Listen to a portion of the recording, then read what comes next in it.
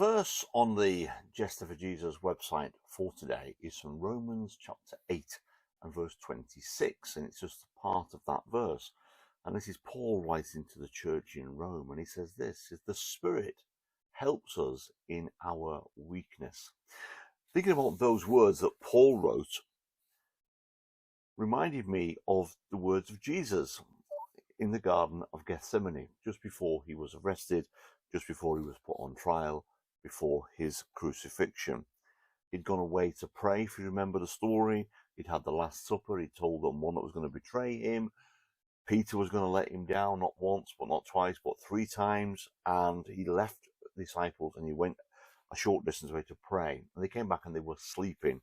And he says, watch and pray so that you will not fall into temptation. Then he says this, the spirit is willing, but the body is weak.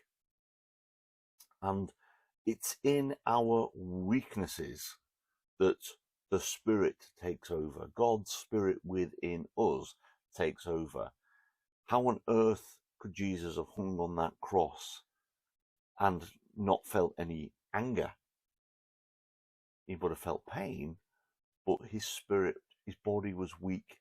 There was all kinds of things coursing through his mind, and yet he still was saying, Father, forgive them. Father, forgive them. Forgive them for what they're doing to me. They don't know what they're doing. Forgive them. And he went through that whole painful process. And at the end, he said, Father, into your hands I place my spirit, as he died. Of course, we learn about that tomorrow. That's Good Friday.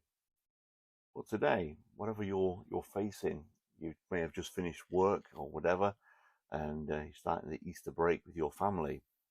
Whatever tough times you've been through, remember this one verse from Romans.